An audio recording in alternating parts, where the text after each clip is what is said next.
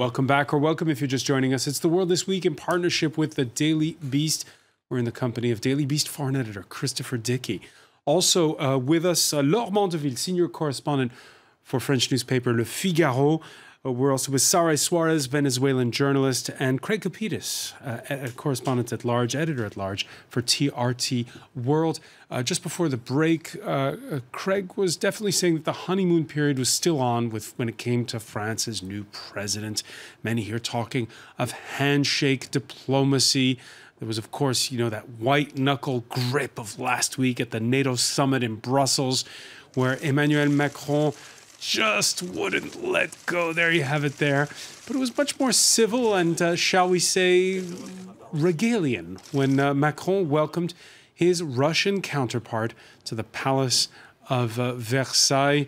Macron publicly reminding Vladimir Putin of all that angers the West, Syria, Ukraine, the persecution of homosexuals in Chechnya. But there you see the handshake. It's a different kind of affair, Craig Capitis. Yeah, he did it with style and aplomb.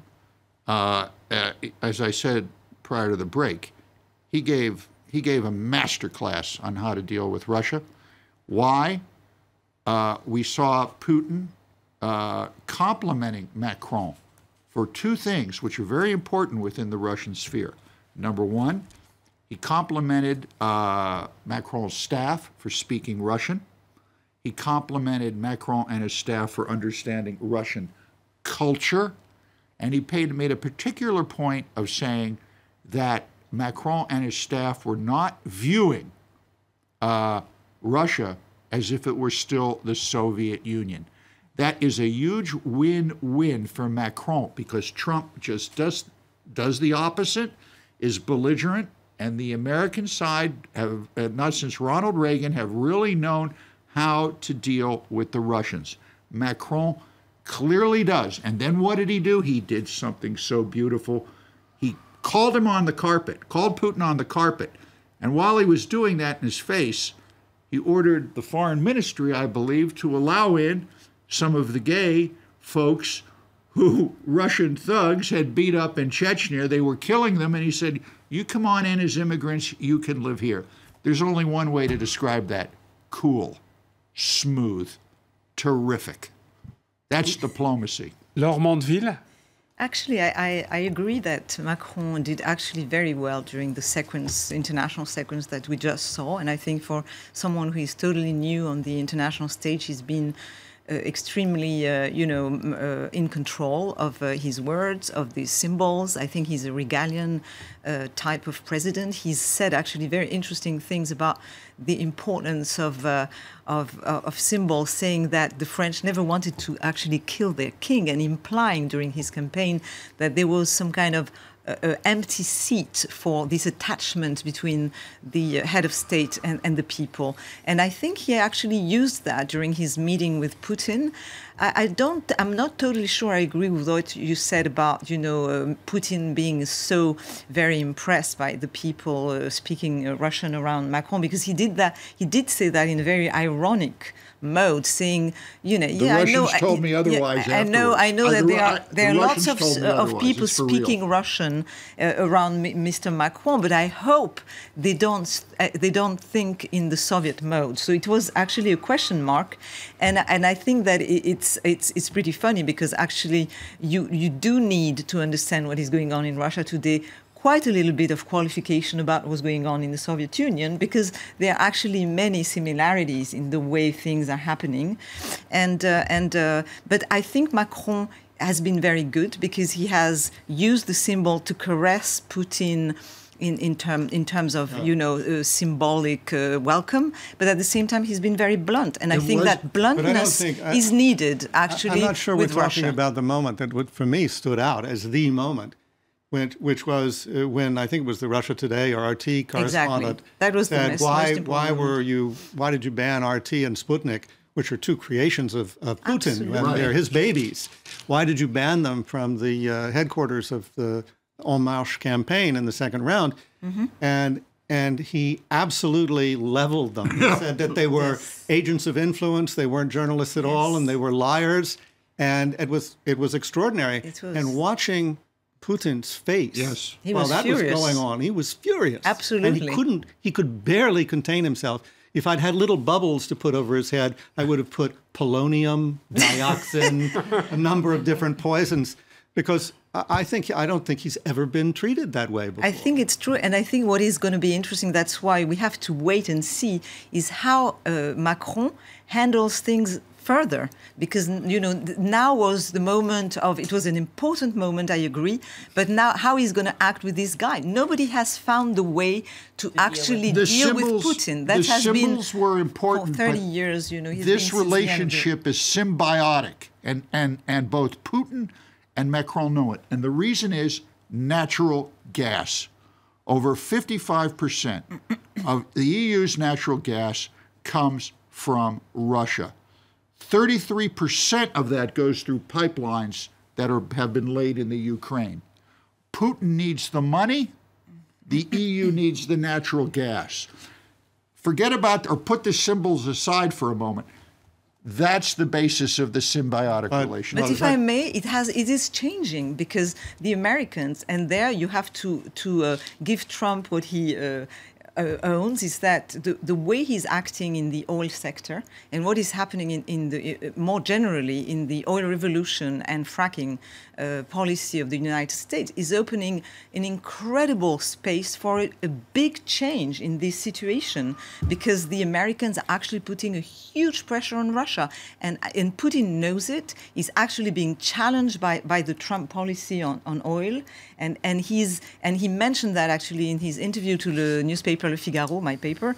You could see that he mentioned that it was a huge problem, and he's actually very unhappy with what is happening in the U.S. Yeah, but that doesn't matter about Russia Trump. can exist on $40 a barrel oil. Obama. France will be getting the majority of its energy, natural gas and oil energy, from Russia. The U.S. isn't going to be sending fracked natural gas or oil on LNG ships to France. This relationship is symbiotic. It has to do with dollar signs and money, and Russia can survive, as it is now, on oil at $40 a barrel. That's just the economic reality that binds the two leaders together. All right, 2 months on and 62 killed later.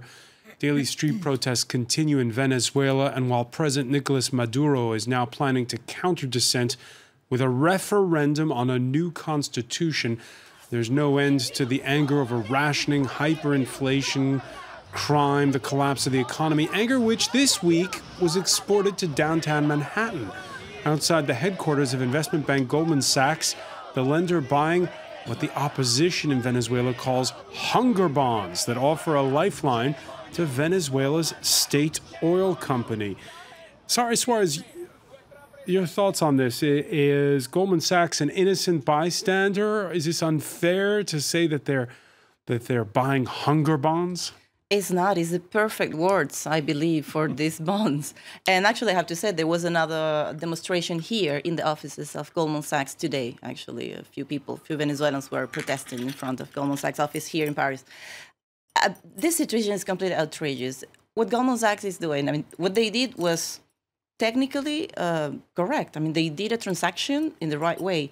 The central bank from Venezuela is just selling the country at the price that is just an insult to the country, right? To the people who are dying of hunger, their kids who have nothing to eat. So this is really terrible. What Goldman Sachs did, and what's amazing, I don't know who did they contract to deal with this situation. Company called Dinosaur Limited Securities. No, not in that sense. In the management, in the risk of in the management of the crisis, the way they were communicating, because they made a speech saying that they bought these bonds because they believe the country is going to get better and the things are going to get better. So this is like saying, I'm taking your money and everything you have from you who are now in Hungary and you have nothing, but I'm going to sell this back to you in a few years when this will be impossible for you to pay me back. I mean, they're really stealing from the people the food of their mouth. We don't know where is this money going. We don't know if they're going to buy medicine, if they're going to buy food, if they're going to buy tear gas, if they're going to buy new arms. there is a campaign going on, so we don't know where. There's no explanation. They only made $860 million. They were buying it about 32, 36 cents on the dollar. This is crazy. I mean, you're selling really bonds at 30 cents, and they already 3 days after this has doubled the price. So they're making really an extraordinary profit transaction, and it's the Venezuelan government and the Venezuelan people who are losing everything here. There's loads of banks. There's other banks that are also buying bonds and making money off of Venezuela. Goldman Sachs, though, gets singled out. Is it unfair? Yes, they all do it. This is how capitalism works. In fact, it's what Maduro called savage capitalism that he was so much against. And guess what? He's now the king of the savage capitalist beasts. But it's not only, believe me, you look at Venezuela, it's not only Goldman Sachs, it's Odebrecht, which is, I know is a company you've heard of, which is a construction company in Brazil, which is in all kinds of trouble throughout Latin America for bribing politicians, hundreds of millions of dollars, and they have left Venezuela. This was the most recent revelation a few days ago. They've just abandoned all these construction projects in Venezuela. And they accepted millions of dollars in bribes to do them, and no one knows where the construction people are or whether they're ever going to be returned. So the infrastructure, when Venezuela rightens itself up, hopefully, there's no infrastructure there, and there's no money to pay for it. That's the consequence. That's the typical way this government deals with things. I mean, there is a lot of business that nobody knows where the contracts are, where the conditions, where the money is, where the money comes. There is a lot of black holes in all these negotiations. Dinosaur Group, who was the broker who deal with this transaction, I mean, this is a sort of coming from nowhere company. They have a website, they have certain actions, but they're just a middle piece taking a huge commission for a enormous transaction they didn't have the funds to pull that is coming out. The thing is that there is a lot of money that is still out. There is a lot of bonds that are still for sale, and we're going to see more transactions like this one. Is it unfair that only Goldman Sachs gets the deal? Really, I don't care about Goldman Sachs getting or not the deal. If it's a few banks doing it or not, that's not the problem. The problem is a government who is completely irresponsible, making a deal that is against the treasure, the national treasure, and that we don't know where this money is coming, because it's not even to save the people. What it shows, it seems to me, is that how difficult it is for for us and the international community to deal with countries which are actually, you know, handled. I mean, we are nurtured by a mono industry like oil, and which is corrupting. I mean, the corrupting power of oil and the sort of terrible mix of autocracy and such you know, source of income and no democratization and sort of vicious circle which sort of, you know, becomes this terrible face-à-face between the people and the power. How do you fix it? That's a question we've been dealing with for many years. We're going to turn our attention to Britain, where the Prime Minister had a better than 20-point lead when she called a snap general election in mid-April. Theresa May must now be wondering if it was such a shrewd move. She did it to bolster her Brexit bargaining position, but instead of a campaign about Brexit, the run-up to next Thursday's election instead has been mostly about austerity. And when voters look at the Conservative manifesto, well, the poll of polls compiled by the Financial Times here tells the tale, down to a 9-point advantage for the Tories, 5 if you believe the latest Mori poll for the London Evening Standard. The Conservatives still expected to garner a bigger majority in Parliament, but suddenly loony left Jeremy Corbyn's no longer a laughingstock. He attended a Wednesday candidates debate while Theresa May ducked out, instead represented by her Home Secretary, Amber Rudd. At any town or any city in this country.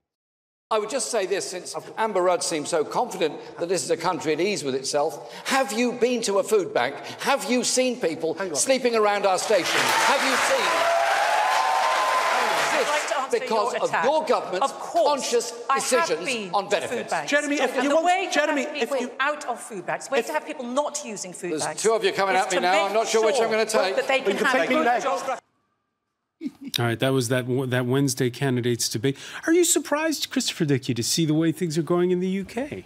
Well, I am surprised because basically people thought that that Corbyn was so far out on the left, he just didn't have any real support except for that core far left fringe of the Labour Party.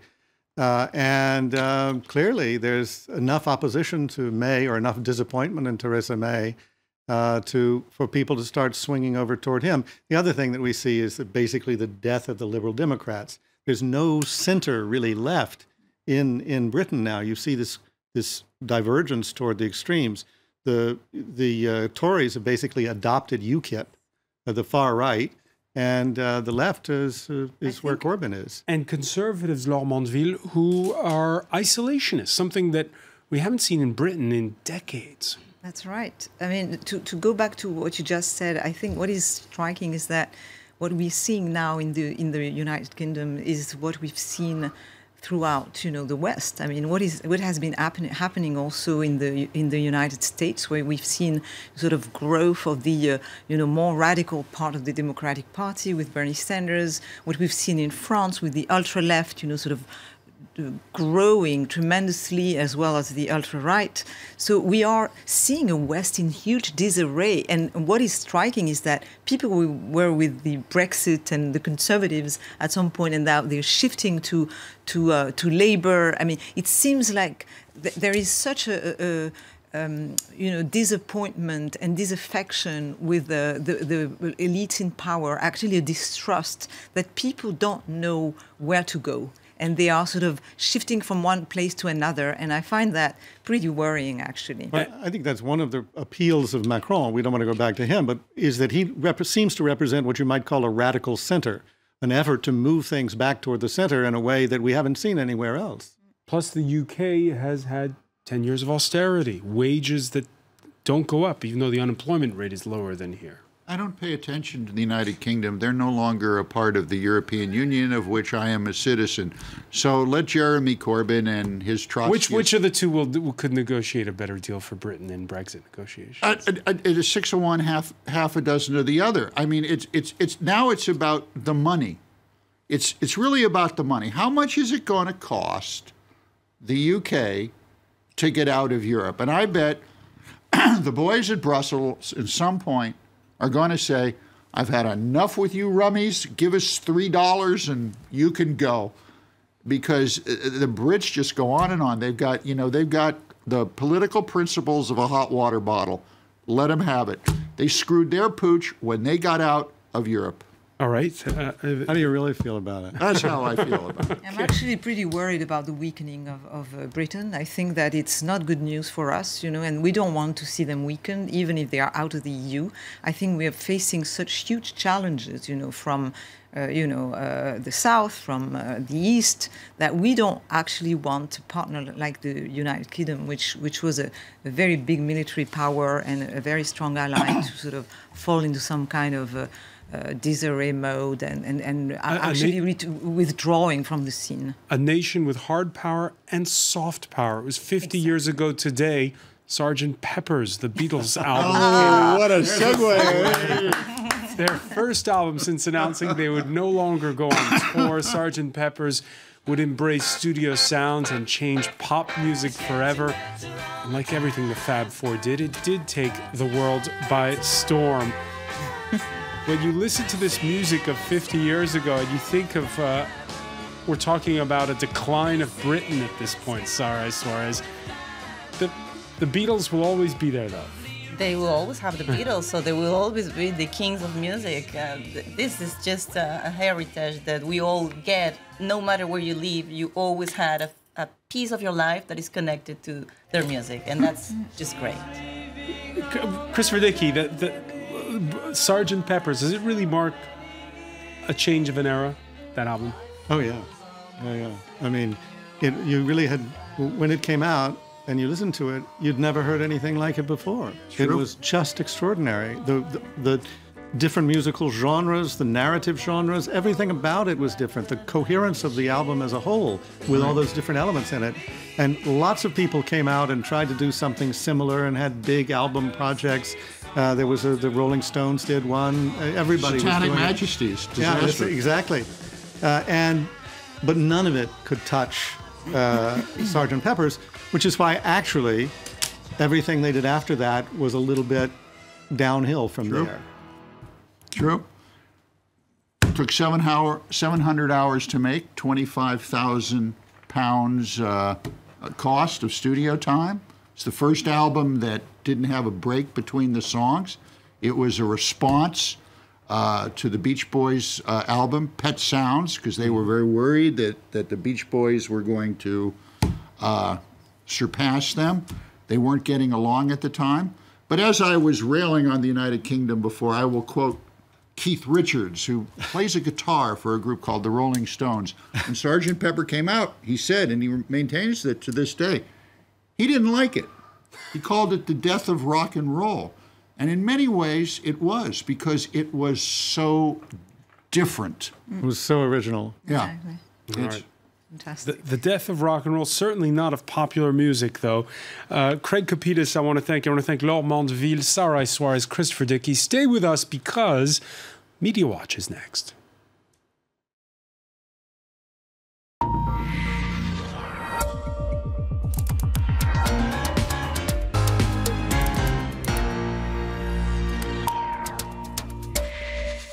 And we say hello to Emma James. Hi there. Emma, the reactions continue. It's been 21 hours since 22 hours, excuse me, since Yes. Donald Trump made his announcement from the Rose Garden. Yes, it was one that had been much anticipated and expected, really, but still there does seem to be a certain sense of shock in the way this is reverberating around the world. The cartoonist Lecter has come up with this image, which I suppose you could say is really the new evolution of man. And you've got Donald Trump there ripping up the climate agreement. And the next stage of evolution is just a hand beneath the floodwaters. Matt Worker in Politico too. It's a little harder to make out this one, but future history in 100 years' time, they've got China as the king of solar energy, Europe #1 in wind energy, while the US is beneath a black cloud of smoke. And it says, "Make America Great Again, #1 in fossil fuels." And the workers there covered in soot saying, kind of ironic now, isn't it? If you like your news with more than a hint of satire, then the Borowitz report in the New Yorker is probably one to take a look at. Quite a short piece, this one. The headline really says it all. Calling Earth a loser, Trump vows to make better deal with new planet. And it says here, when he was asked what that planet might be, he said, the solar system has millions of terrific planets, and they're all better than Earth, which is a sick, failing loser. Beautifully written, that one.